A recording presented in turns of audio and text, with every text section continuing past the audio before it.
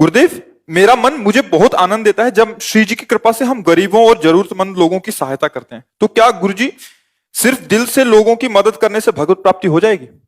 हो जाएगी, लेकिन उनमें भगवत भावना, अपने में कर्ता भाव नहीं कि मैं बहुत धनवान हूं, मैं सुखी हूं, तो मैं इन गरीबों बेचारों को देता हूं, इससे पुण्य कर्म बनेगा, भगवत प्राप्ति नहीं होगी। इसी में वो मेरे भगवान कितने कृपालु हैं, इन रूपों में आकर मुझे सेवा दे रहे हैं, पक्का भगवत प्राप्ति हो जाएगी, पक्का भगवत प्राप्ति हो जाएगी। देखो, हम बंधे किसमें हैं समझना है, स्वसुख वांछा में। प्राणों का पोषण, देह का पोषण, इंद्रियों का पोषण और मन के अनुसार विचरण संसार के भोगों में, यही बंधन है, यही बंधन है। जब हम प्राप्त सुख सुविधा का भगवत भाव से दूसरों को समर्पित करते, तो दीयम वस्तु गोविंदम तुभ्यमेव समर्पये, आपकी दी हुई वस्तु आपको समर्पित है, इससे भगवत प्राप्ति होती है। अपनी वस्तु जब हम दूसरे को देते हैं तो उससे पुण्य होता है, वो कई गुना बढ़ के मिलेगा। 100 की जगह आपको 10,000 मिल सकता है, लेकिन भगवत प्राप्ति नहीं हो सकती, वो शुभ कर्म बना। लेकिन भगवत प्राप्ति के लिए भगवत भाव आवश्यक है। जैसे माता पिता की सेवा, परिवार की सेवा, सब आ सकते हैं उसी में, इससे थोड़ी भगवत प्राप्ति होती है। उनमें भगवत भावना करके फिर उनकी सेवा करना, तब भगवत प्राप्ति। अच्युत भावना विहीन शुभ कर्म हो सकता है, वो भगवत प्राप्ति करने में समर्थ नहीं। अर्थात भगवत भावना विहीन कर्म वो शुभ कर्म हो सकता है, लेकिन वो भगवत प्राप्ति कराने में समर्थ नहीं। भगवत भावना युक्त एक छोटा सा भी कर्म आपको अध्यात्म में ऊंचे पहुंचा देगा।